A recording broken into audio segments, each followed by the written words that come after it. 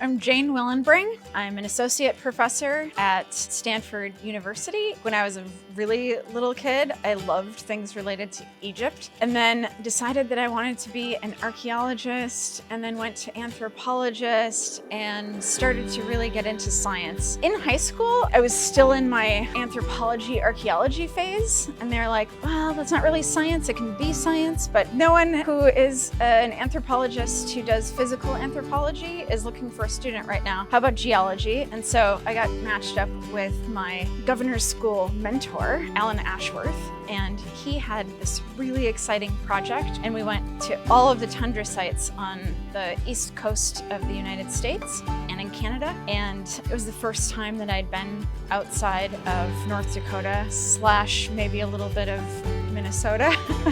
And it was just so exciting. It was just like a totally different world, and it was just like this transformative moment for me. Just exactly the kind of like adventure that I've always dreamed of. I did some work in Northern California, where I still work today. Worked on some samples from all over the place, actually. China, the flank of Kilimanjaro, New Zealand, South America, Sweden, Norway. There's a lot of them.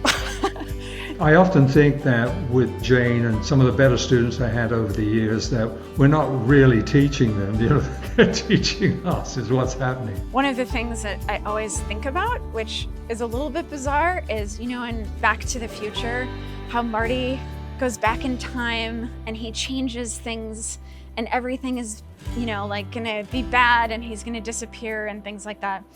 I think about that all the time because I think right now I'm creating the trajectory for the lives of people, how we work on problems, how we solve problems. And I find that incredibly fulfilling and optimistic to think that I'm like Marty McFly in the past and like I'm making a better future world. Coming from NDSU, where I felt really valued, and then I went to do my master's degree, and I could succeed, I could fail, like nothing mattered. The only thing that was important in that experience was that I was a woman. And so it was just like constant, you're not good enough, you're not good enough. I just want to do my work. I just want people to respect me. When I say something, I want it to matter.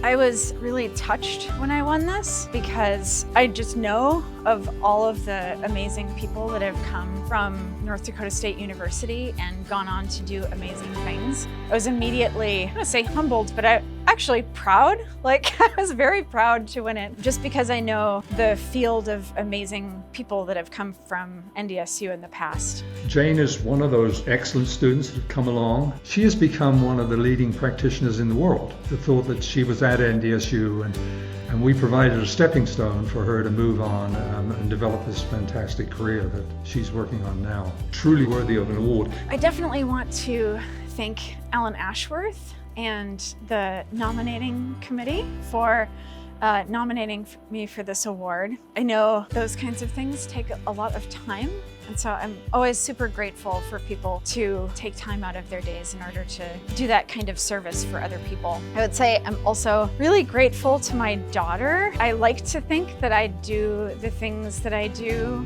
because they're just fun, but I find that as I get older and my bones creak and I like type 2 fun a little bit less, I think about what kind of person I want to be for her in a way. And so she's definitely made me a better human.